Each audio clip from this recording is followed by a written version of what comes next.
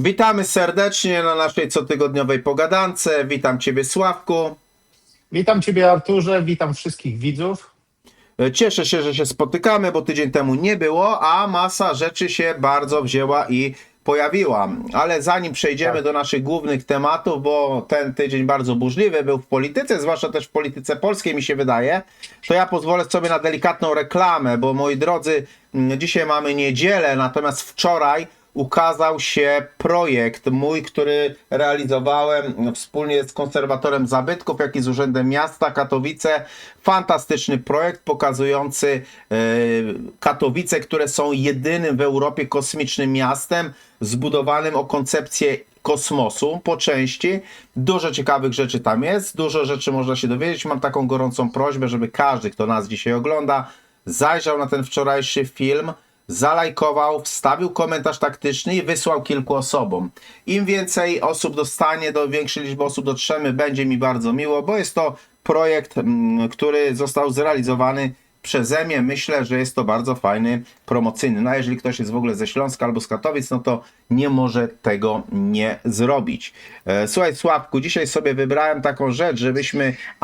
jeszcze zanim wezmę, to jeszcze nie wiem, czy wiesz, bo myśmy tutaj sobie troszeczkę wcześniej rozmawiali, ale ja zareklamuję jeszcze inną rzecz, która się dzisiaj w polityce polskiej pokazała, więc po prostu, moi drodzy, nie wiem. Zanim przejdziesz do tej reklamy, ja jeszcze skomentuję Katowice. Ja powiem szczerze, kiedyś przejeżdżałem przez Katowice i na mnie to miasto zrobiło średnie wrażenie. Ty mówisz, że to miasto się, rozwinęło, a mam tutaj kolegę z pracy, takiego Petera, który się wręcz zakochał w Katowicach i mówi, jest wspaniałe miasto, uwielbia tam wracać, bo on jest taki, fan piłki nożnej, nie? I on tam na mecze często przyjeżdża. No teraz wybudowali ten stadion, który jest taki dupny, że koniec świata. Poza tym Katowice są podzielone na dwie części. Połowa Katowic to jest przedwojenne Chicago polskie, więc tam jak wejdziesz do połowy miasta, to masz typowo dwudziestolecie międzywojenne. Tam masz takich ludzików, którzy grają na kontrabasie, na jakichś tam rzeczach, różnych sprawach, a druga połowa była budowana w okresie, kiedy, moi drodzy, była ta wojna kosmiczna, wojna o kosmos, bym powiedział, między ZSRR a Stanami Zjednoczonymi. Ale warto. W każdym razie i no i ten Peter mówi, że bardzo lubi tam wracać, bardzo mu się podoba to miasto. Mówi, tanie piwo, dobre jedzenie, piękna architektura, także no proszę bardzo, ja chyba też muszę się skusić, żeby tam pojechać. Zawsze jesteś tutaj mile widziany, jest lotnisko. Chcę, żebyś wiedział, że jest tu lotnisko i bezpośrednie połączenia do ciebie są w razie czego, także wiesz. Serio? No to fajnie. No zobaczymy, może coś wymyślimy. Dobrze, przechodź do następnej reklamy. Słuchajcie, bo myślę, że o tej nowości polskiego rządu to żeście nie słyszeli, a dzisiaj, przepraszam, nie dzisiaj, w piątek, moi drodzy, właśnie wyszło pewne postanowienie, które warte jest uwagi. Ja je przeczytam, moi drodzy, więc uśmiechnijcie się, brygada, bo Rzecznik Praw Dziecka, uwaga, zakazał od września robienia w szkołach wspólnych zdjęć klasowych, żeby nie eksponować różnic płci oraz fizjonomicznych występujących między uczniami. Także wiecie, zapomnijcie o wspólnych zdjęciach klasowych albo pokątnie gdzieś tam pod szkołą sobie róbcie zdjęcia klasowe. Wtedy, kiedy wydawało się, że absurd doszedł już do szczytu i że nie może być gorzej, no jednak politycy nas zadziwiają. No proszę bardzo. No, także widzisz.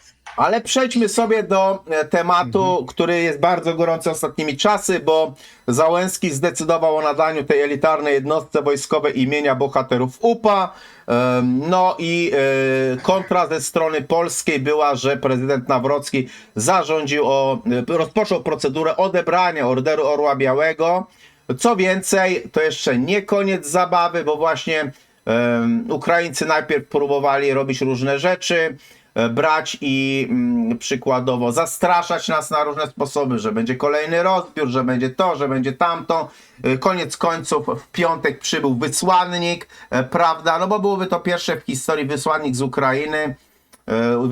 z Ukrainy, który ma tam pertraktować różne rzeczy. Oni tam się zasłaniali tym, że niby oni nie wiedzą. Gówno prawda, moi drodzy, wszystko wiedzą. Kiedy Załęski był na spotkaniu u prezydenta Nawrockiego, to jako pamiątkę dostał listę ofiar wołyńskich. I to było ewidentnie pokazane, on to dostał. On dokładnie to wiedział i z premedytacją te rzeczy robił. Ale to jeszcze, moi drodzy, nie jest koniec całej zabawy. Dlatego, że za zgodą rodziny oczywiście władze ukraińskie zdecydowały się sprowadzić prochy Stefana Bandery, no i zrobić pochówek na terenie Ukrainy, tak? No nie jest to wiecie, patrząc na takie różne rzeczy, okazało się, że nagle wychodzi, że to Rosja zwalczająca nazizm, faszyzm, banderyzm ma rację. Nagle wychodzi, że oni mają rację.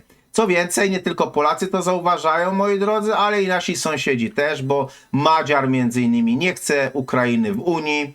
To kolejna sprawa. Czesi, Słowacy, czy chyba z 6 państw odmówiło wspierania pomocy militarnej, a te miasta, które się szczyciły tym, że na urzędach, polskich urzędach miast wisiały ukraińskie szmaty, czyli na przykład Rzeszów, Chełm, Przemyśl, wszystkie wschodnie miasta pościągały te flagi, już nawet Wałęsa ściągnął z tej swojej klaty, chociaż nie jest to dla mnie żaden autorytet, ale to też jest na swój sposób bardzo ciekawe.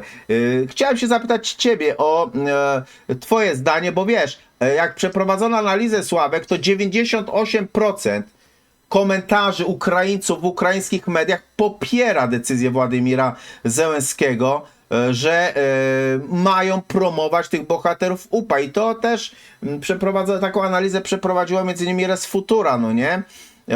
Ogólnie tylko podobno 2% Ukraińców powiedziało, że z tym będzie problem, a 98%, moi drodzy, wiecie, a jeszcze jedną rzecz wam tylko powiem, zanim dam ci dojść do słowa, no to właśnie ten, jak mu tam, szef Związku Ukraińców w Polsce, Skórka on się nazywa, ostatnio właśnie tłumaczył, że jeżeli nie Załęski, tylko Nawrocki nie wycofa się z tego i odbierze faktycznie, to będzie to groziło tym, że prezydent Załęski nigdy więcej w Polsce się nie pojawi. No to jeżeli on tak to mówi, to należy jak najszybciej odebrać ten orden. Tak mi się przynajmniej wydaje.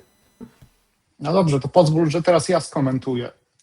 Otóż jeśli chodzi o to Ukraińcy zawsze pluli nam w twarz i nie oszukujmy się, zawsze nasze stosunki były bardzo napięte i to się tak powtarzało co kilkadziesiąt lat, takich dobrych, jest taka porządna, naprawdę porządna rzeź, taka rozruba, która no niestety, ale kończyła się śmiercią dziesiątek, o ile nawet nie setek tysięcy ludzi, w szczególności Polaków. W XVII wieku, zaczynając od XVII wieku. Ja nie będę tutaj przytaczał tej historii, to możecie sobie poszukać i możecie się zapoznać z tym. W każdym razie, jeśli chodzi o to, co Załęski zrobił, ja słyszałem w internecie bardzo fajną inicjatywę. Można by na przykład nazwać główną autostradę prowadzącą do Kijowa przez Polskę, na przykład autostradę księcia Jeremiego Wiśniowieckiego. Proszę bardzo, to był błąd na kozaków. Ciekawe, jak oni by zareagowali na to. Albo prawda? autostradę ofiar UPA, no nie? Tak, i można by w ten sposób. Albo na przykład jedyne otwarte przejście graniczne z Ukrainą, albo przynajmniej największe, to największe. Można by było tak samo właśnie opatrzyć taką etykietką. Jest to przejście księcia Jeremiego Wiśniowieckiego. No i ciekawe, jak oni by na to zareagowali. Także jeśli chodzi o Załęskiego, to jest tak, jak ten były prezydent ukraiński Kuczma powiedział już, że Polacy są po prostu głupi, tak? Dlatego że oni wtedy mogli po prostu bardzo wiele od Ukrainy uzyskać, jeśli chodzi o Wołyń, o ekshumację. No teraz natomiast już ta chwila minęła i niestety już nigdy nie wróci, nie? Dlatego że Ukraina zbyt dobrze stoi teraz, nawet militarnie i na scenie międzynarodowej zbyt dobrze stoi, no i po prostu to minęło. Ja jestem oburzony taką decyzją, ale muszę powiedzieć, że mnie ona nie dziwi, dlatego że to jest też testowanie Polski, na ile można sobie z nami pozwolić. I tutaj nie ma żadnego znaczenia, że Polska się zbroi, to jest akurat najmniej ważne, dlatego że zbroić się, a być uzbrojonym, to są dwie różne rzeczy.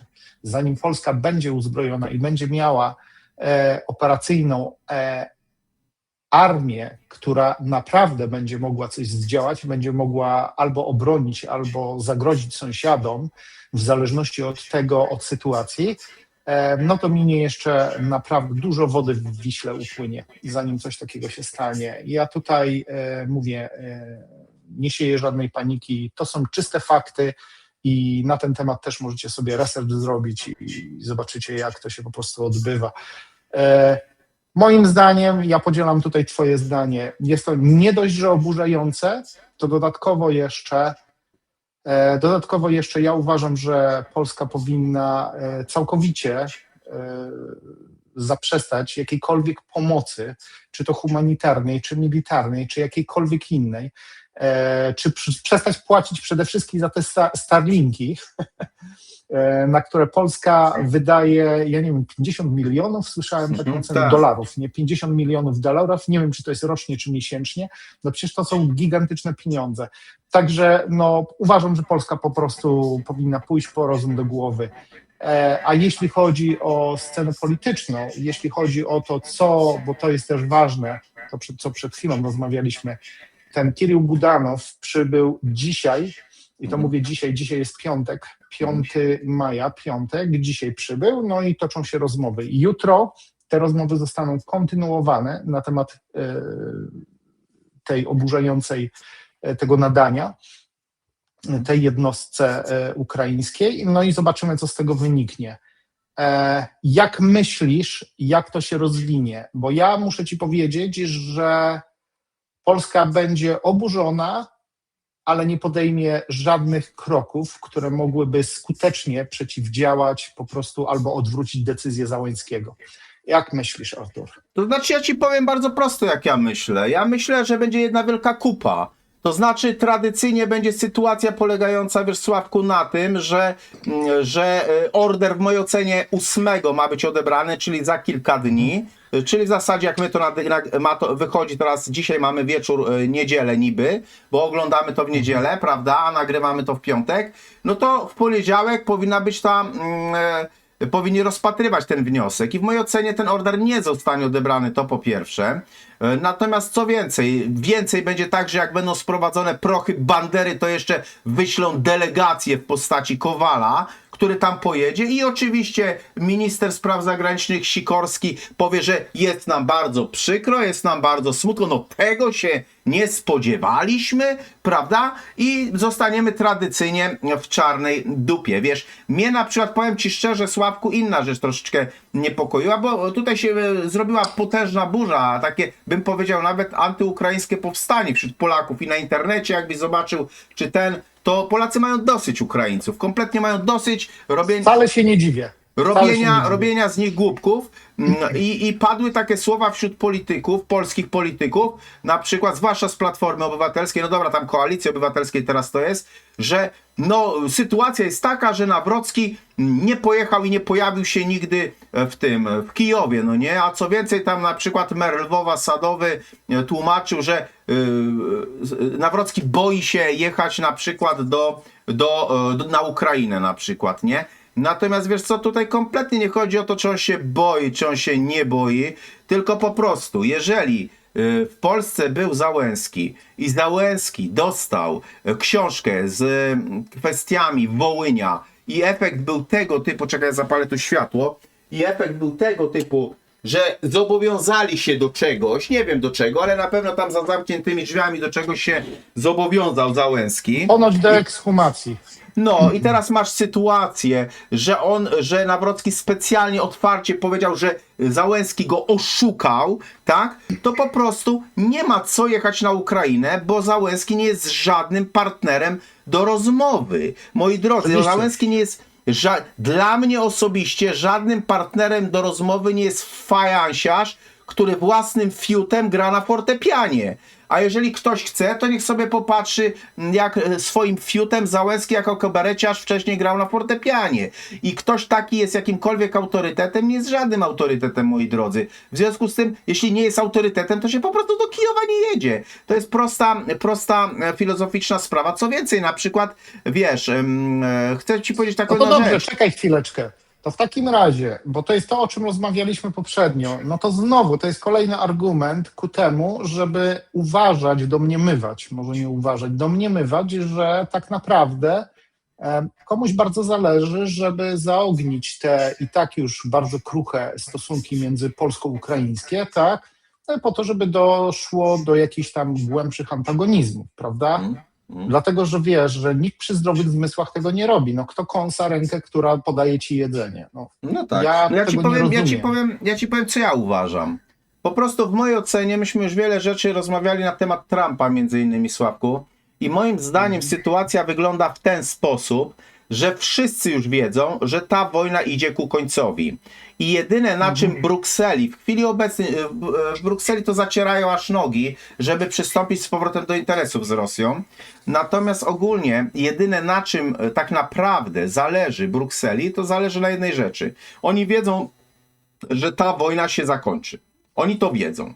Oni chcą tylko, żeby ona zakończyła się na takich układach, żeby oni mogli światu przedstawić, że okej, wydaliśmy kupę kasy finansowaliśmy, ale nam się to w jakiś stopniu wzięło i opłaciło, no nie? Bo oni doskonale wiedzą, że Rosja tych ziem, które zatrzymała, nie odda i nie będzie w ogóle dyskusji na ten temat. Oni chcą tylko, żeby pokazać światu, że nie są głupimi, no nie? Bo teraz nagle widzisz, im dłużej kłamstwo jest w obiegu, tym kłamstwo wychodzi. Od samego początku było mówione, że ideą Putina była denazyfikacja, tak? I że on pojechał, bo tam byli faszyści ukraińscy. I tłumaczono, że nie, no ale widzisz, oni nie mogli długo wytrzymać, to wszystko w tej chwili chodzi. Co więcej ci powiem, w tej chwili w Unii Europejskiej ma być przyjęta ta kwestia dotycząca, że ochroną przestają być objęci mężczyźni w wieku poborowym, tak? Czyli doskonale i Polska jest za, i Polska popiera, żeby tych ludzi zdjąć z nich ochronę i wysłać z powrotem wszystkich na Ukrainę w wieku poborowym. Co to znaczy? To znaczy, że nie ma mięsa armatniego już w tej chwili na Ukrainie i będą po prostu w tym kierunku pchać, żeby w jakimś tam stopniu to wziąć i ruszyć, no nie? Ja tylko powiem ci jedną rzecz, Sławku. To, że zaczęła się, nazwijmy to, taka internetowa wojna polsko-ukraińska, ukraińsko-polska, to dla mnie jest ważna jedna rzecz. Żeby Polacy nie siedzieli i nie słuchali tego wszystkiego jak świnia grzmotów. Bo jak na razie to ukraińska Panczenko opowiada w internecie dokładnie, jak robić screenshoty na Polaków, jak donosić na prokuraturze na Polaków, jak tępić Polaków. Ona, która ma obywatelstwo i polskie, i ukraińskie. A Polacy siedzą i słuchają jak świnia grzmotów. Ja też powiem, i w tej chwili ja też powiem, co należy robić. Naprawdę, jeżeli widzicie wszyscy, jeżeli widzicie na jakichkolwiek portalach kwestie dotyczące, moi drodzy, propagowania banderyzmu, kpienia przykładowo z Wołynia, tak jak na przykład tam jedna Ukrainka ostro akcję zrobiła z Torunia, no nie? I mnie się pytali, w jaki sposób zrobić, a ona się jeszcze chwali, że niedługo dostanie polskie obywatelstwo, tak? W jaki sposób Polacy mogą to zablokować? Ja wam powiem i chcę, żeby w tym materiale padło i możecie go rozesłać dokądkolwiek chcecie. Po pierwsze, róbcie screeny, tego typu rzeczy, składajcie, po pierwsze, bo jest różnica między nadaniem obywatelstwa przez prezydenta, a uznaniem przez wojewodę, prawda? Najczęściej Ukraińcy korzystają z uznania, a nie z nadania, bo to jest łatwiejsze dla nich, nie? Róbcie screenshoty, tego typu rzeczy, tego typu wypowiedzi. Piszcie pisma do prokuratury tak, żeby to wpłynęło do prokuratury. Wtedy dostajecie sygnaturę prokuratury. A jeżeli dostajecie sygnaturę prokuratury, następnie wysyłajcie pisma do wojewody i do prezydenta dotyczące danych osób, że przeciwko nim prowadzone jest postępowanie karne. I wtedy będziecie w stanie zablokować te decyzje. A jeżeli będziecie dalej siedzieli i słuchali jak świnia grzmotów, moi drodzy, to za chwilę was Ukraińcy z własnej roboty wywalą. To jest po pierwsze, a po drugie, słuchaj Artur, tutaj należałoby jeszcze coś zaoferować widzom, bo jeżeli na przykład ktoś nie wie, jak złożyć takie pismo do prokuratury, no to warto by było być może podać kilka linków, nie? Albo nawet jakieś tam wideo na YouTubie, w jaki sposób to przygotować, w jaki sposób wypełnić, dlatego że to będzie ważne. Bo teraz ja się jeszcze, czekaj Artur, ja jeszcze tutaj chciałem dodać, że na portalach społecznościowych, jeżeli macie do czynienia z takimi rzeczami, czy to jest YouTube, czy to jest jakiś inny portal społecznościowy, przecież możecie zawsze oflagować to. Możecie zawsze wysłać i zgłosić ten film jako film szerzący nienawiść, czy rasową, czy jakąś tam inną, prawda? I to ale też przede można wszystkim zrobić. ja wam mówię, przede wszystkim pobawmy się w Panczenko w wydaniu polskim. Róbcie screeny, piszcie do prokuratury w celu ustalenia IP danej osoby, w celu ustalenia i tak dalej, i róbcie to nagminnie. Składajcie to nagminnie, na każdym kroku. Dostaniecie wtedy sygnaturę z prokuratury DS, dochodzeniowo-śledczą. Automatycznie macie podstawę, żeby napisać i powołać się na daną kwestię. I do skutku, i do skutku. I w ten sposób jesteście w stanie blokować Ukraińcom obywatelstwa polskie. Natomiast niestety przestańcie siedzieć i słuchać jak świnia grzmotów i nic nie robić, bo już w tej chwili wiecie, jak was wyciućkali z pseudopandemią i z pseudouchodźcami. I możecie te rady, które ja tu daję, i Sławek, i ja, weźcie, rozsyłajcie gdzie tylko się da, moi drodzy, bo to jest najważniejsze. To jest najważniejsze, moi drodzy. Tak, dokładnie. Ja muszę tutaj powiedzieć, bo ty już przeskakujesz na kolejny temat, to co Bruksela zrobi.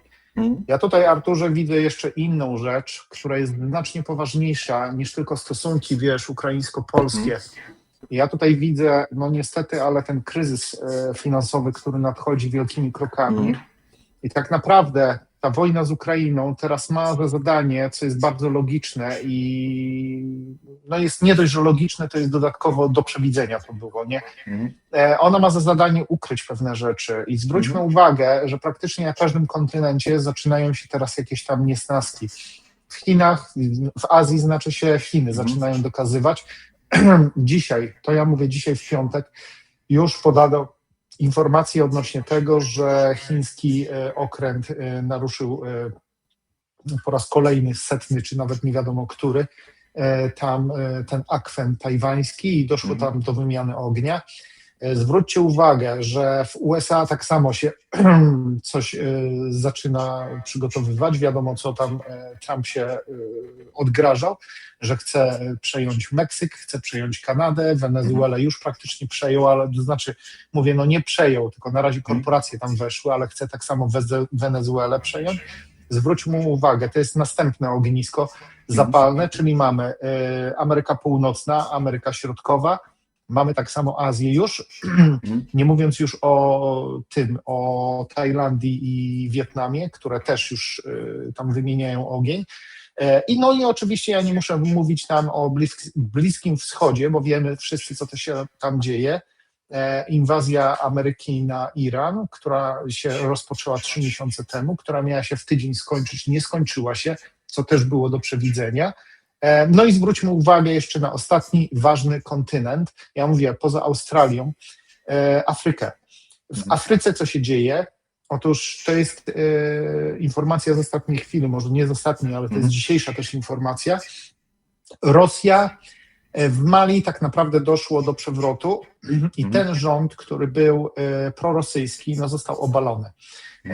Mnóstwo tam wybuchów było, wiadomo, jakieś walki było, doszło do rozlewu krwi, no i po prostu Rosja traci tam swoją strefę wpływów. Co dla Rosji jest akurat naprawdę bardzo bolesną porażką, dlatego że no, w Afryka jest najbogatszym kontynentem, jeśli chodzi o zasoby naturalne. Także wiadomo, że ten, kto położył łapę, a kto położył łapę? Chiny w pierwszej kolejności, w drugiej kolejności Francuzi jeszcze się tam starają odzyskać swoją tam strefę wpływów. Nie sądzę, żeby im się to udało. No i Ameryka oczywiście.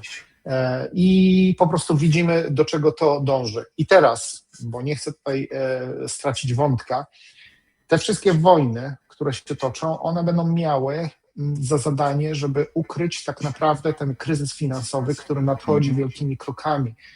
I ja tutaj chciałem powiedzieć, przepraszam, do wszystkich tych, którzy tak naprawdę starają się zabezpieczać.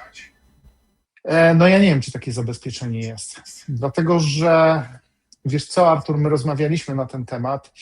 Ty mi mówiłeś o pewnych osobach, które na przykład inwestują w złoto i trzymają to złoto u siebie w domu, nie? I otóż, pamiętajmy, że w 1933 roku w USA wyszło rozporządzenie takie, że każde złoto musi zostać zdeponowane, czyli odczytaj oddane rządowi. Dlaczego? Dlatego, że tego wymaga sytuacja tam bezpieczeństwa narodowe, tak? No i proszę zwrócić uwagę, że jeżeli do czegoś takiego dojdzie, no to może się okazać, że wszystko będzie konfiskowane, nie? Czy to jest ziemia, czy to jest złoto, czy są bitcoiny, czy to są jakieś inne zapasy gotówkowe, czy nawet żywnościowe, wiesz o co chodzi, nie? To jest oczywiście drastyczne i ekstremalne. Dostaniesz bezwartościowe talony, tak jak mi się Tak, kojarzy. dokładnie, właśnie. Dokładnie o to chodzi, nie? Wiesz, na zasadzie To takiej, jest jak to na zasadzie, oglądamy jak w się amerykańskich kończyła filmach, pierwsza. nie? To jest na Że zasadzie, wiesz, jak się. że... Czy ja ci wejdę No słowo? mów. To jest na zasadzie, jak się kończyła pierwsza wojna światowa i powiedziano, żeby oddać złoto, cesarz jak wygra, to zwróci. No ale cesarz przegrał, no i taka robota. No właśnie, o to chodzi, nie? No. A to jest tak, jak miałem mówić w amerykańskich filmach, jak jest, że w celu lepszej dystrybucji my zabieramy wam żywność, złoto, pieniądze i wszystko, co macie cennego i będziemy to gromadzili centralnie po to, żeby rozdystrybuować to, rozumiesz, wiesz, jakoś tam sprawiedliwie. Tak, no co to jest? No to wiadomo, że to jest konfiskata, nie? Jeżeli coś oddacie, to już tego nie zobaczycie. Albo ktoś to ukradnie, albo ktoś to sprzeniewierzy, albo ktoś po prostu wykorzysta w celach bezpieczeństwa narodowego, na pewno nie w celach zapewnienia bezpieczeństwa ludziom, nie? To jest, Także wiesz co, ja tak jak nie widzę wiecie. tutaj, czekaj Arturze, ja tylko dokończę ten wątek. Ja tak widzę to wszystko, co się teraz odgrywa, te wszystkie ogniska zapalne, ja uważam, że to w tym kierunku idzie. Bo ja tak jak mówię ci, wiesz, Artur, ty jesteś dobry w tym, żeby oglądać właśnie, obserwować tego typu rzeczy takie polityczne i społecznościowe. Ja natomiast muszę powiedzieć, że upatrzyłem sobie wszystkie te sprawy, które są związane z finansami, dlatego że finanse tutaj są sprawą całkowicie i absolutnie nadrzędną i bez finansowania choćby największa armia po prostu zostanie unicestwiona, nie? Także ja w tym kierunku troszeczkę uderzam, nie? Oddaję ci głos. Proszę bardzo, Artur.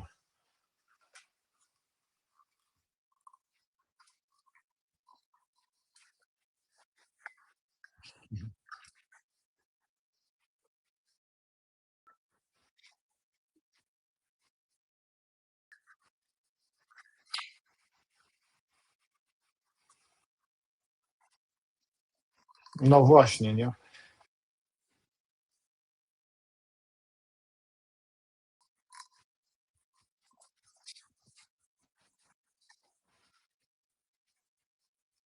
Do końca 30 roku, tak. Mhm.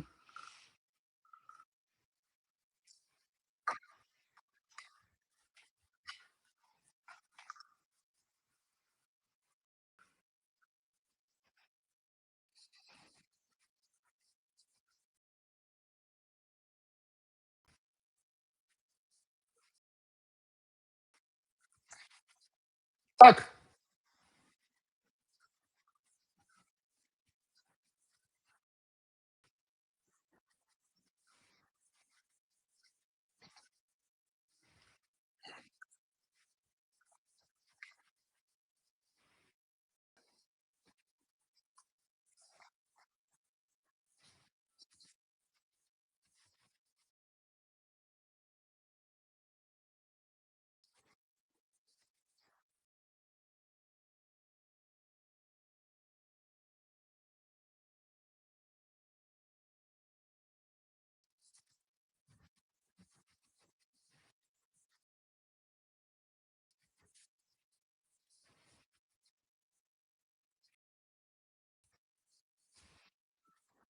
no nie do czasów Nixona.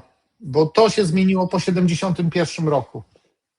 Wcześniej dolar miał wartość. Oczywiście.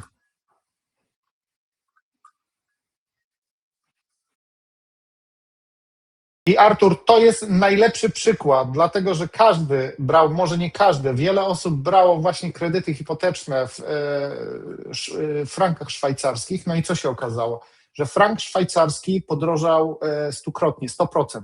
Nie stukrotnie, tylko 100% podrożał, czyli jest 2 razy teraz droższy niż był poprzednio. I co? Można było zrobić? Można było zrobić. I teraz jeśli chodzi o tym, co ty mówisz, to jest tak jak mówię, przytoczę tutaj znowu mojego ulubionego autora Wojciecha Sumlińskiego i Tomasza Budzyńskiego. Oni cały czas to powtarzają, że Polskę ma się doprowadzić do takiego stanu, żeby Polska nie miała wyjścia i żeby mniejszym złem było zaakceptowanie tych zbójeckich ofert, na które my teraz nie chcemy się po prostu zgodzić, czyli wejście do strefy euro, bo jeżeli wejdziemy do strefy euro, no to niestety będziemy pod może nie jurysdykcją, ale pod wpływami Niemiec będziemy. No a co za tym idzie, jeśli chodzi o te sprawy właśnie izraelsko-polskie, no to tak samo wtedy będzie znacznie łatwiej rozwiązać pewne rzeczy na korzyść Izraela, oczywiście nie na korzyść naszą, nie? Ja tutaj chciałem jeszcze tylko dokończyć, zanim oddam ci głos, o tym, co ty mówiłeś, o tych ekonomicznych sprawach, o tym cyfrowym euro. Ja oglądałem taki fajny dokument, w którym autor tak naprawdę przedstawia 3 możliwości, w jaki sposób miałoby się odbyć reset cały. Wszyscy wiemy, może nie wszyscy, ale przypomnijmy, że Klaus Schwab już na tym forum ekonomicznym mówił o wielkim resecie i cały czas powtarza, że wszyscy wszystko będą mieli, ale nie, na odwrót. My będziemy używali, dokładnie, będziesz szczęśliwy, że będziesz mógł używać te pewne rzeczy, te pierwszej potrzeby, tak? I on o tym mówił. I żeby do czegoś takiego doszło, i żeby doszło do takiego wielkiego resetu, to tam ten autor przedstawiał 3 scenariusze. Pierwszym scenariuszem to było podzielenie świata na strefy wpływów. Wiadomo, BRICS, to o czym mówiliśmy w którymś z naszych odcinków. Wiadomo, że BRICS to będą na pewno państwa Azji, Bliski Wschód i część Afryki, dlatego że Afryka już teraz też jest wykupywana i to od co najmniej dekady przez Chiny, nawet więcej niż dekady przez Chiny jest wykupywana. Także tak, podział na strefę wpływów. Oczywiście to jest niekorzystne na przykład dla USA, dla tych państw dominujących, tak, bo one będą chciały wziąć całą pulę. Drugie wyjście to jest takie, po prostu popuścić wodzy wyobraźni, ja to mówię oczywiście metaforycznie, i niech się dzieje co chce. I w tym momencie inflacja pójdzie taka, że ludzie zrozumieją, że te pieniądze, które my mamy, one nawet nie nadają się do podcierania tyłka, dlatego że niezbyt dobrze absorbują, wiadomo, wilgoć, nie? I tymi pieniędzmi będziecie mogli sobie palić w piecu, bo one będą nic nie warte. Oczywiście rządy nie chcą doprowadzić do czegoś takiego, czyli trzecim i najbardziej prawdopodobnym wyjściem, moim zdaniem, to jest właśnie wprowadzenie te CBDC. Bo jeżeli ty masz CBDC jako bank centralny i jako rząd, ty całkowicie kontrolujesz, jakie ty będziesz miał wydatki i jakie będziesz miał przychody. Co ludzie będą kupywali, dlatego że te CBDC całe, to nie są pieniądze tak naprawdę, tylko to są talony. Ty dostajesz tokeny, za które będziesz mógł na przykład kupić sobie maszynkę do golenia, albo krem po goleniu, albo mleko, chleb, czy jakieś inne środki pierwszej potrzeby, czy na przykład paliwo. I to wszystko będzie można przewidzieć bardzo precyzyjnie ze względu na to, że te tokeny będą traciły wartość. Jeżeli Artur Wójtowicz dostanie takie tokeny na przykład od swojego pracodawcy, będziesz musiał je wydać w ciągu 2-3 miesięcy czy iluś tam, tak? Jeżeli ich nie wydasz, niestety termin ważności przepadł. Dokładnie tak jak mówisz, tak? Dokładnie i dlatego, tak jak mówię, to są 3 scenariusze, które tamten autor roztaczał i on mówił jeszcze na podstawie, na przykładzie tego, co się działo od 1821 roku, od czasów Imperium Brytyjskiego, od czasów I wojny światowej, poprzez to dwudziestolecie międzywojenne, które miało miejsce, wiadomo, no już 100 lat temu, wtedy też nastąpiło gigantyczne tąpnięcie. Wtedy, kiedy Wielka Brytania starała się odzyskać po prostu poprzez gromadzenie złota, starała się odzyskać wartość tego funta szterlinga, co się nie udało.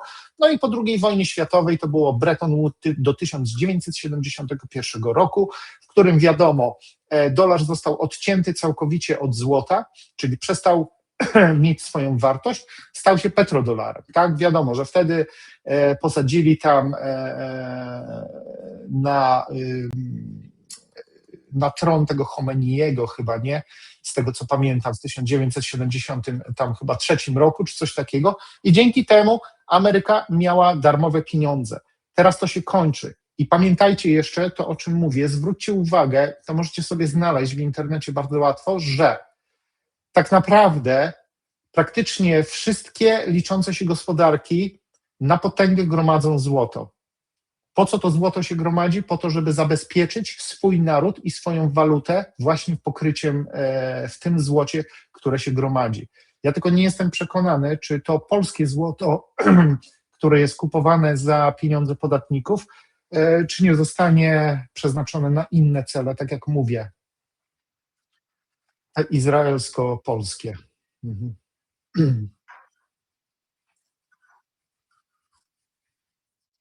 Dokładnie. Dokładnie o to chodzi. Przepraszam bardzo. I w każdym razie, bo ja tak tutaj chcę zakończyć swoją myśl, to, co teraz oglądamy, to, co się roztacza przed naszymi oczami, to ja muszę powiedzieć, że niestety, ale tam jest drugie dno, być może nawet trzecie, ale ja tutaj dopatrywałbym się, te antagonizmy polsko-ukraińskie, one są ważne, dlatego że ktoś chce nas odrzeć z naszej tożsamości narodowej, co jest jak najbardziej niedopuszczalne. Jednakże ja bym tutaj zwracał uwagę na finanse, na system finansowy, bo to jest tutaj najważniejsze. Oddaję Tobie głos, Arturze. Jeżeli chcesz skomentować, dodać coś, zacząć nowy temat, proszę bardzo.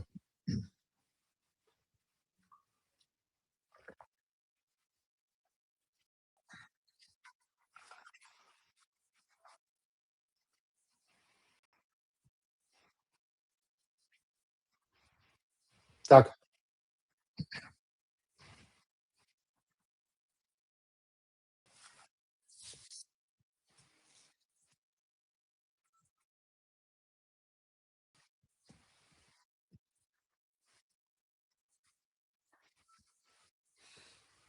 tak.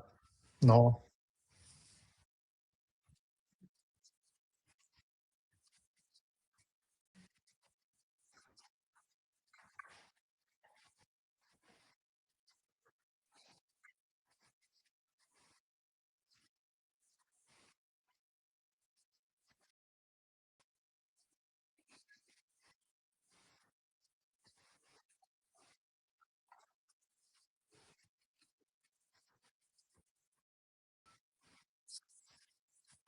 no właśnie.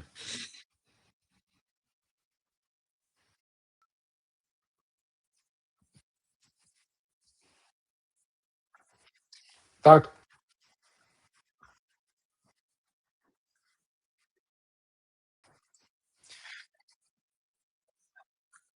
To teraz wróćmy do tego, co powiedziałeś, 98% przeciwko 2% Ukraińców, którzy wspierali nadanie tej jednostce tego po prostu tej zaszczytnej. Tej. Mhm. Tak,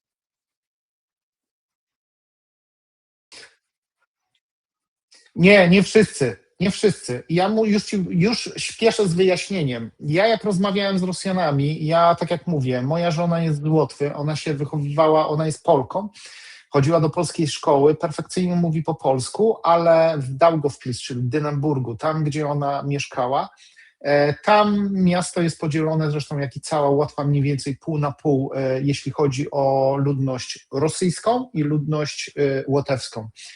I tamci Rosjanie, oni całkowicie, ale to całkowicie nie znają historii polskiej. Tak samo jak i Rosjanie w Rosji nie znają historii polskiej i oni nie zdają sobie sprawy, co tak naprawdę miało miejsce na przykład w Charkowie, czy choćby na Wołyniu, czy w innych tam miejscach zbrodni.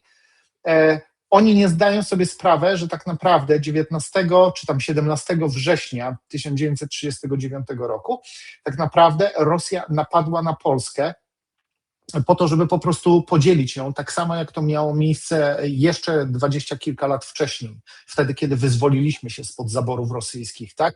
Oni w ogóle nie znają tej historii.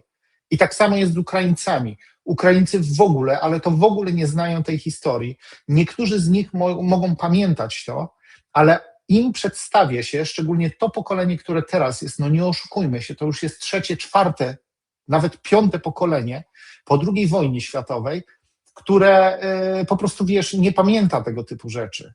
Ja słyszałem taką debatę na temat tego, że wiesz, bo UPA walczyło z AK. No dobrze, to pokażcie nam, jacy żołnierze AK walczyli. Czy to walczyli naprawdę żołnierze, dorośli mężczyźni, czy to walczyły kobiety i dzieci, które są tam pochowane w tych grobach. Przecież to wystarczy dokonać ekshumacji i cały mit by prysł. I oczywiście dlatego się tego nie robi, nie? Natomiast to, co Armia Krajowa walczyła, szczególnie w tej akcji Wisła, czy tam wiesz, tam nie tylko, to nie było, przez Wołyń, tak. Mhm. Oczywiście, że tak, nie?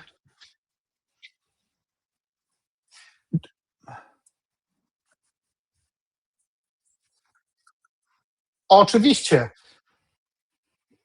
tak, oczywiście, że tak. I dlatego po prostu wystarczy popatrzeć na fakty historyczne, wystarczy się zapoznać z tą historią i po prostu wiadomo, o co chodzi, nie? Ukraińcy tego nie wiedzą i dlatego im się wydaje, że to jest jak najbardziej zaszczytne. To, o czym rozmawialiśmy wcześniej, pamiętasz, cała Ukraina, cała historia Ukrainy została zbudowana na rzezi, na rozlewie krwi, to mówię, w większości trzech narodów: Polacy, Żydzi, Rosjanie.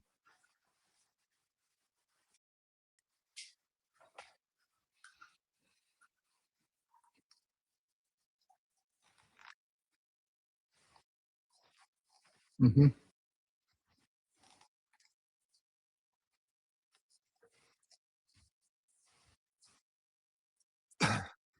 Tak, tak. Dokładnie. Monety wybija ten, kto jest właścicielem danego terytorium. I po prostu tak jest, nie? Także wiesz, no. Mhm. Proszę.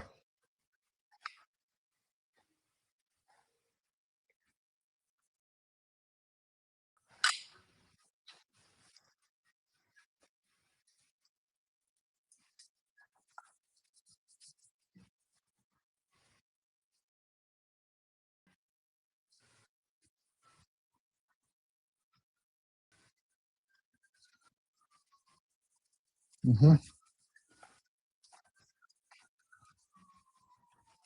Szlachetni lekarze, tak, znam ten temat.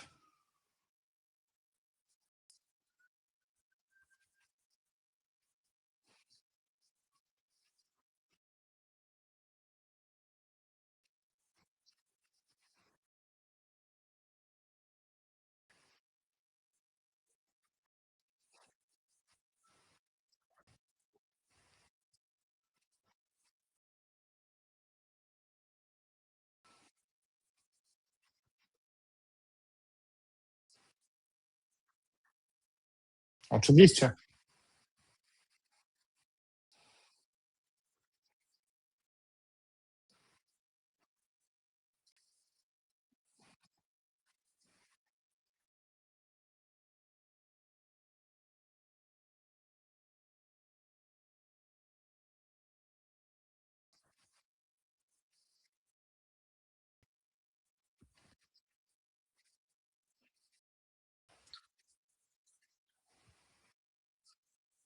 Dokładnie o to chodzi. Tutaj ja też mówię, na pewno nasi widzowie też znają osobę w postaci tej Justyny Sochy, która też bardzo wspierała właśnie ten cały ruch, który sprzeciwiał się jak to było, obowiązkowym, ale nieprzymusowym szczepionkom, tak? I ona mówiła, wykazywała, rozmawiała właśnie z lekarzami. Ona tam tak naprawdę zorganizowała zbiórkę na tych szlachetnych lekarzy, na pomoc prawną, do której ja też się dorzucałem, także spokojnie, nie? I też gorąco wam polecam tą osobę, żebyście śledzili to.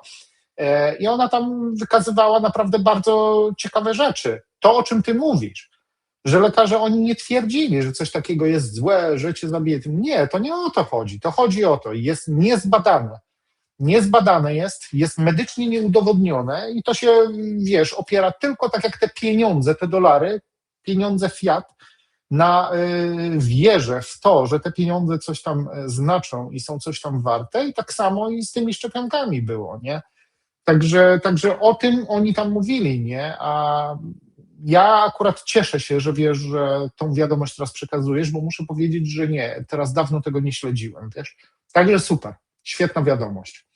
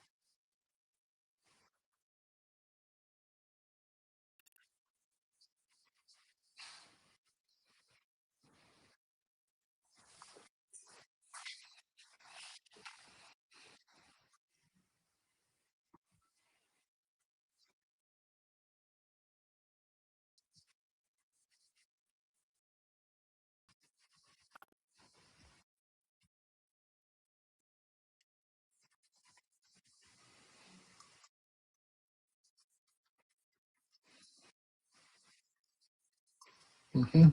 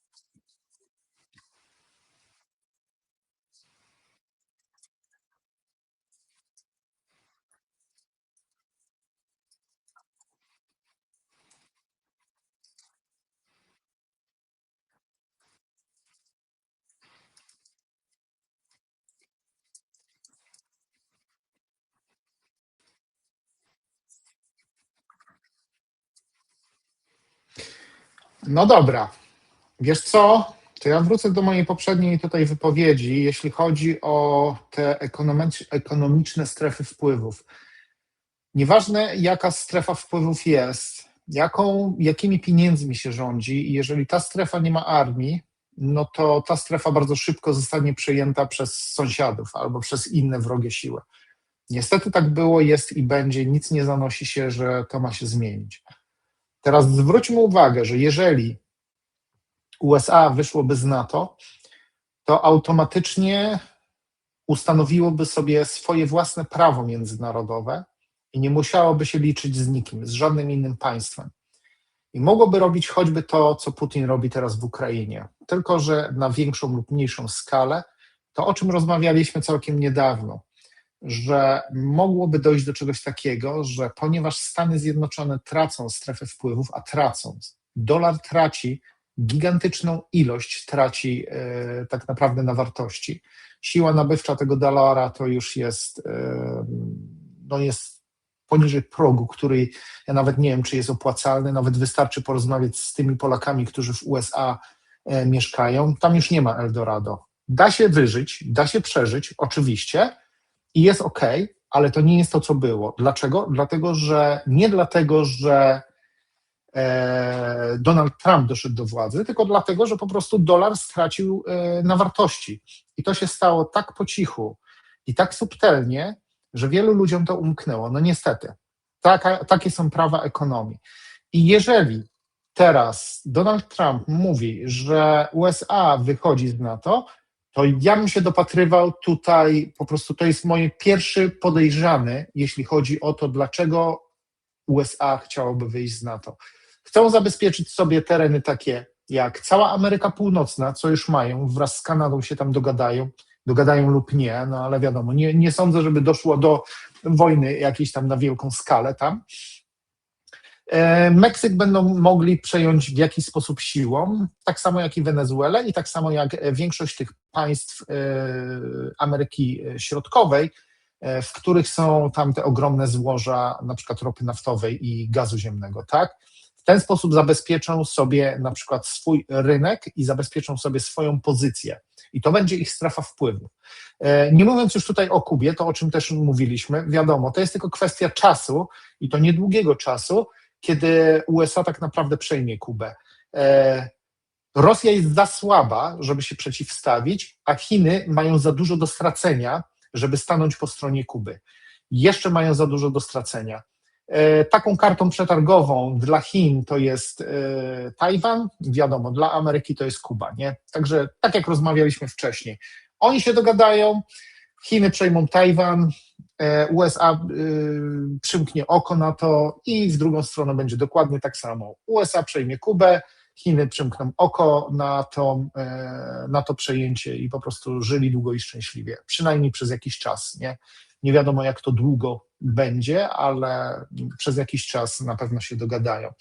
I w każdym razie, żeby tutaj, wiesz, nie tracić też wątka, ja dopatruję się, że wyjście z NATO miałoby za zadanie właśnie porzucenie wszystkich tych wartości i prawnych i podważenie tego prawa międzynarodowego, które po prostu zostało ustalone po II wojnie światowej. No tutaj nie oszukujmy się, ale no, dla mnie, z mojej perspektywy to wygląda tak, że ekonomia zawsze wygrywa z jakimkolwiek prawem i z jakimkolwiek układami, układzikami. Jeżeli Ameryka nie ma w tym interesu, to niestety nie będzie się pchała, a dla Ameryki już finansowe jest za dużo, żeby utrzymywać na przykład rozległe bazy wojskowe na Pacyfiku i żeby nawet, ja nie jestem przekonany, czy oni będą w stanie tak naprawdę zabezpieczyć sobie ten kanał panamski. Nie jestem co do tego taki pewny, naprawdę, dlatego że Chiny tutaj będą mocno interweniowały i to może być, wiesz, kością niezgody. Nie? Także wiesz, no, w ten sposób ja to widzę. Ja chcę Ci zadać tutaj jeszcze jedno pytanie, bo ostatnio, nie wiem czy wiesz, ale tak naprawdę Amerykanie chcą przekazać tą super nowoczesną technologię Polsce, żeby w Polsce były produkowane te rakiety Kamer, te Atakamsy i te różne inne. I te fabryki mają ponoć powstać, wiesz, w Polsce, po to, żeby Polska mogła po prostu też uczestniczyć w tym programie. I teraz tak, o ile to Polska będzie naprawdę nadzorowała całą tą produkcję, to okej. O ile nie będą to, wiesz, jakieś tam firmy słupy, to będzie wszystko w porządku. To jest świetna wiadomość dla Polski, dlatego że Polska będzie mogła się uzbroić, wiesz, po zęby i będzie mogła naprawdę coś znaczyć na arenie tam międzynarodowej. Jak ty myślisz, w jakim kierunku to idzie? Rozmawiamy na ten temat, czy przechodzimy na inny temat?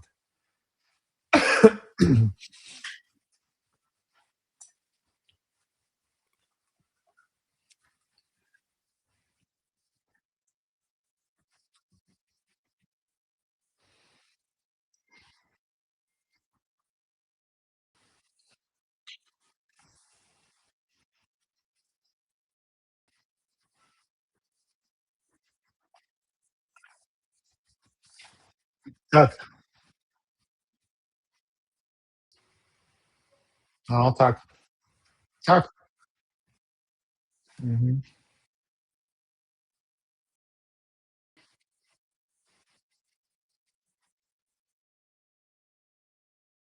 No właśnie.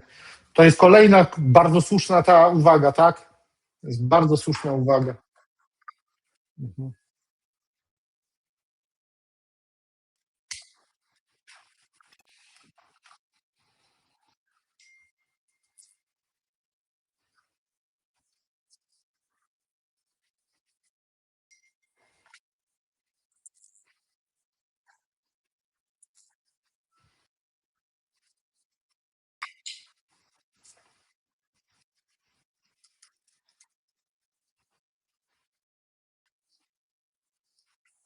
Tak. Mhm.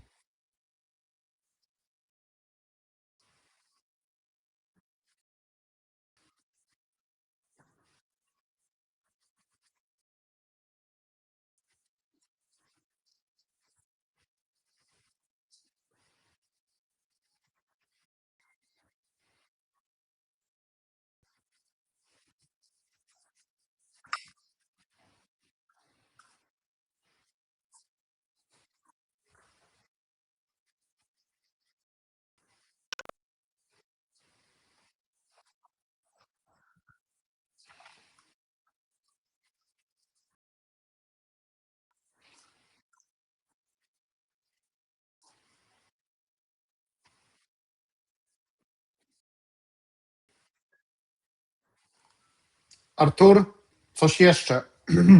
Zanim wprowadzisz ten system musi być, tak jak to się po angielsku mówi, up and running, czyli musi być operatywny, musi być sprawdzony i musi spełniać swoją funkcję. I teraz, zanim oni do czegoś takiego dojdą, to oni muszą testować ten system. Załóżmy, że oni testują ten system przez rok, przez 2 lata, tak? Tak jak to miało miejsce ze sztuczną inteligencją, bo nie oszukujmy się, CBDC będzie zarządzane w pełni, może nie w pełni, ale w większości przez sztuczną inteligencję. Czyli jeżeli my mówimy o 2027-2028, ten system już jest i już działa, z tym, że on działa równolegle do tego systemu finansowego. I to tylko potwierdza wszystkie te przekonania, przewidywania tych ludzi, którzy mówią, ekonomistów, że musi dojść do wielkiego resetu, musi dojść tak naprawdę do ogromnego kataklizmu finansowego. Nie? I no ja tylko po prostu, to chciałem powiedzieć, że ja uważam, że to jest nieuchronne, bo na przykład, jeśli chodzi o te CBDC, o ten system finansowy, tych tokenizacji, to wiadomo, że ta tokenizacja tak naprawdę bardzo ściśle będzie wiązała się z hierarchią społeczną. Bo nie oszukujmy się, że system punktacji społecznej będzie opierał się na tym, co robisz, jaki jesteś ważny dla społeczeństwa i albo masz więcej tych tokenów na większą, na szerszą paletę na przykład towarów, albo i nie. Jeżeli jesteś na przykład, tak jak tutaj jest mnóstwo beneficjarzy, którzy, z pokolenia na pokolenie są posłuszny też, oczywiście, nie? I i to o to tutaj chodzi. Proste, to jest bardzo proste, nie? Także ja uważam, ja tak jak mówiłem, wielokrotnie powtarzałem, już w 2020 roku, wtedy to było tam chyba od kilku miesięcy, bo to było na początku 2020 roku, a chyba zostało wprowadzone w 2019 w Anglii, ja mówię w UK tutaj, na stronie rządowej pojawiły się pierwsze informacje odnośnie właśnie systemu punktacji społecznej, podobnego jaki jest w Chinach. Ten system się rozwija, cały czas jest dopracowywany. No i po prostu to dąży w tym kierunku. Jak się przed tym zabezpieczyć? Ja nie znam takiego sposobu, dlatego że wszystko, co mamy, wszystko, co posiadamy, może zostać nam odebrane. Nie oszukujmy się. Ja oglądałem też tutaj, tak naprawdę moja żona Wioleta oglądała taki fajny program i muszę powiedzieć, że na przykład jak to w Anglii działa, czy wierzycie, czy nie, ale królowi Charlesowi, tak, cały czas jacyś harcerze musieli płacić tam jakąś tam symboliczną kwotę, chyba kilkuset tam funtów na rok, tylko po to, żeby on się z nimi spotkał tam na pół godziny i zamienił z nimi kilka słów. O czym my mówimy tutaj? Tak samo, jak i wszelkie te łowiska na akwenach, które należą teoretycznie do Anglii, one tak samo muszą uiścić opłatę królowi. Tak samo, jak i parkingi, na przykład z tego NHS-u, to jest ten angielski NFZ, tak? One tak samo muszą uiszczać opłatę królowi, dlatego że to wszystko należy do króla. No rozumiemy, o co chodzi. My tak naprawdę nie wiemy. No właśnie o to chodzi. Oni są wyłączeni z tego i oni w ogóle nie muszą wykazywać, jakie mają przychody, jakie mają wychody, na co wydają te pieniądze. Oni nie muszą się rozliczać z niczego, dokładnie z niczego. I teraz zwróćmy uwagę, że my, nie wiedząc, do kogo należy tak naprawdę ziemia, którą my wynajmujemy, podnajmujemy czy cokolwiek, tak, my możemy się bardzo mocno zdziwić, jeśli przyjdzie tak naprawdę do na przykład wielkiego resetu. Bo że my myślimy, że my jesteśmy właścicielami na przykład kawałka ziemi, to może się nagle okazać, że my jesteśmy wynajemcami, bo właścicielem prawowitym jest ktoś całkiem inny. Może to się okazać jakiś Habsburg albo jakiś tam pan von Dupen-Szturchał, nie wiadomo co, wiesz, i nie wiadomo o co chodzi, nie? Dlatego wiecie, no ja tutaj muszę powiedzieć, że mnie to przeraziło trochę, wiesz, ale no zobaczymy, jak to się rozwinie.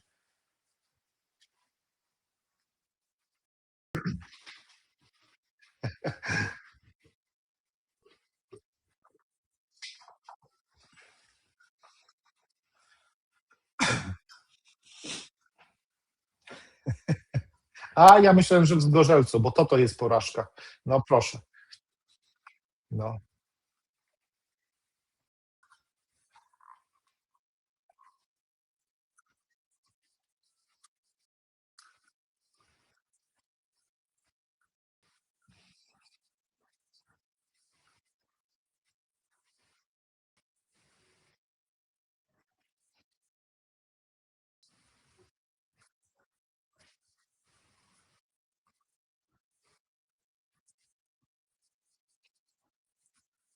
no właśnie.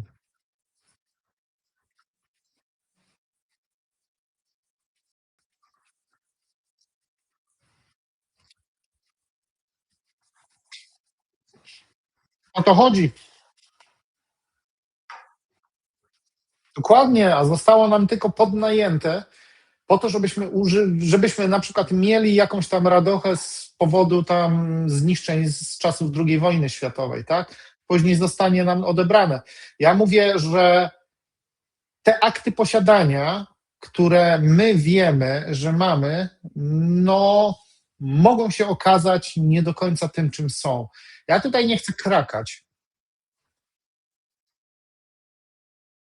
Możemy.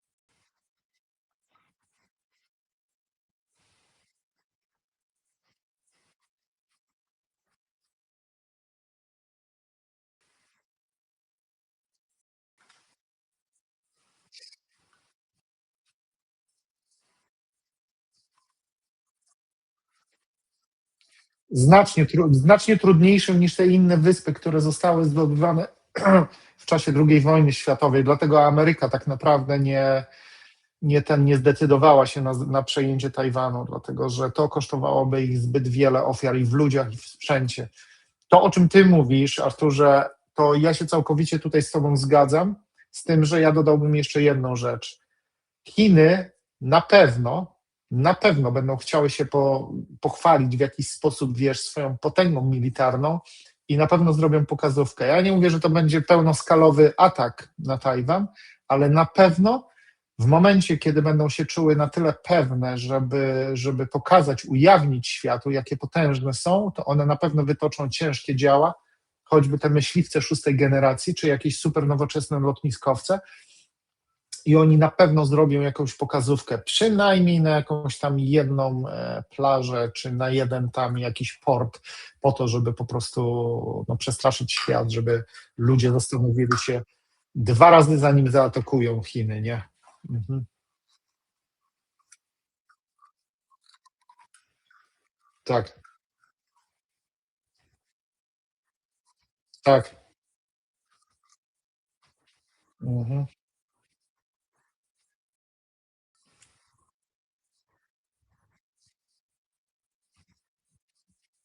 Mhm.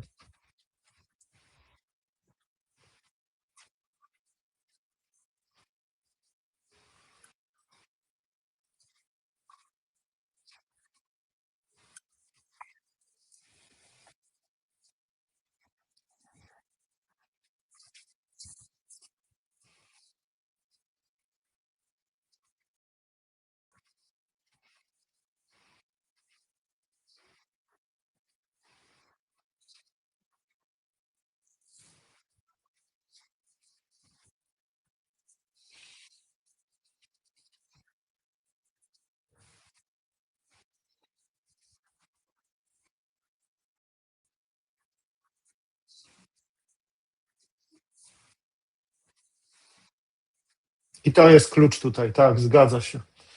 No to można tutaj gdybać, można wyrażać swoją opinię, co będzie, to będzie. Ja tutaj z punktu widzenia ekonomicznego jak najbardziej to ma sens. Mhm.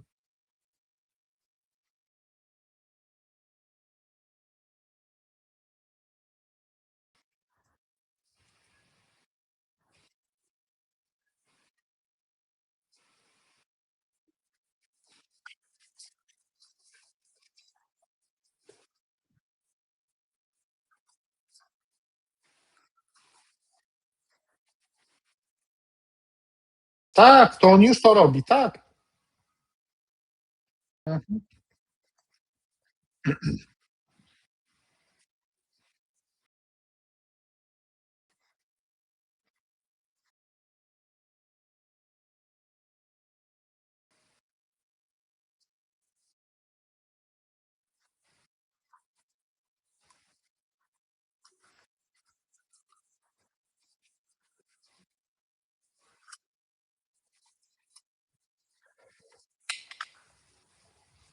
Możesz mieć tu rację.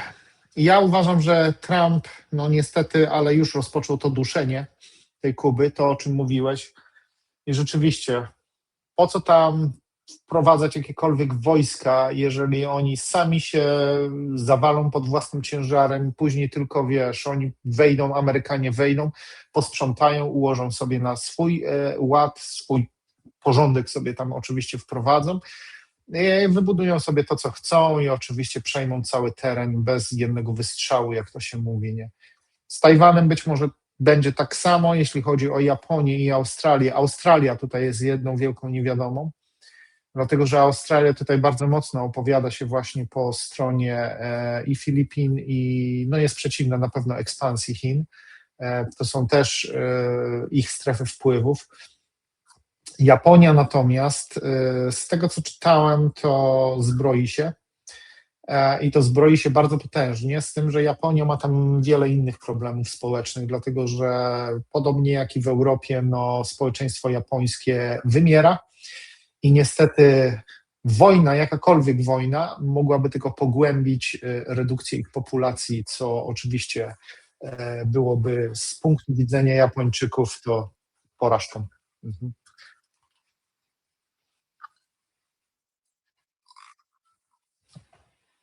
Słyszałem o tym. I powiem Ci jeszcze jedną ciekawostkę, nie wiem czy to jest prawda, ale wyczytałem coś takiego, że największe opady śniegu w terenach niearktycznych są w Japonii. Tak, dokładnie, nie? Także widzisz, nie? Ja powiem szczerze, aż się zdziwiłem, nie?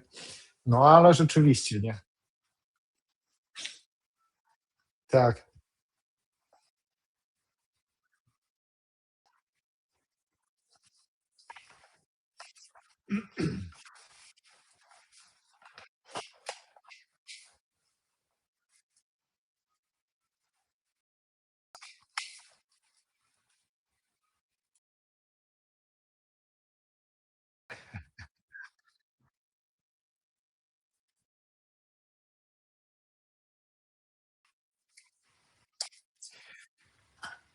No jest ciekawa. No dobrze, Arturze. Mhm.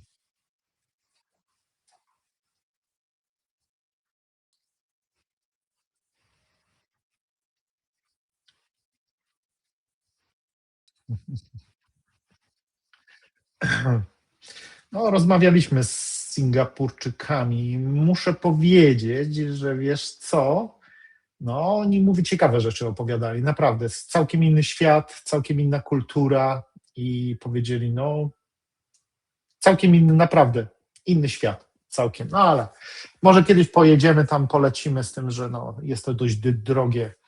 Tam państwo, drogi kawałek ziemi, no i niestety trzeba się liczyć z kosztami. No, zobaczymy. No, Arturze, jak tam? Zaczynamy nowy temat, myśl. No właśnie.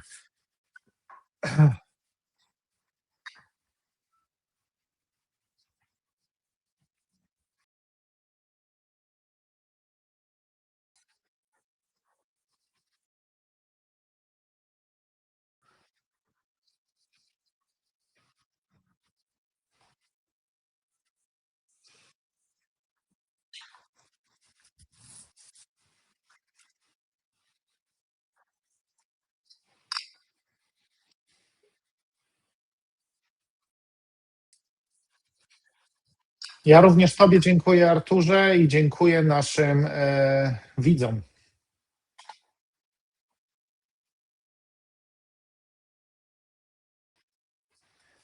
Do następnego razu.